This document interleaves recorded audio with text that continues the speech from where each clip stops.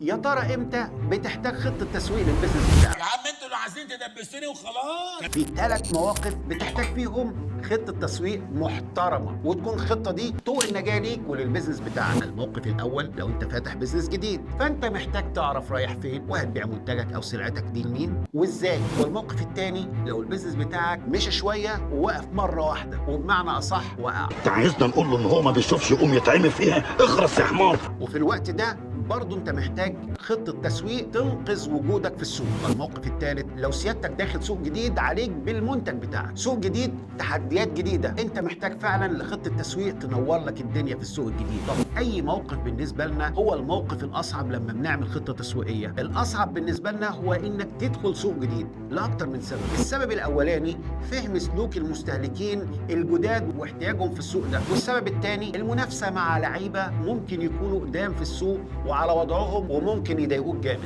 طب هتقول لي اعمل خطه تسويق قويه ازاي لو انا بقدم منتج او خدمه جديده ولكن في سوق جديد عليا؟ هقول لك عيوني، اعمل لايك وشير وسيب كومنت حلو على الفيديو ده، وهتلاقي خطه عمل مبسطه تعرف منها ازاي تعمل خطه تسويق صح، والرابط بتاعها في اول كومنت.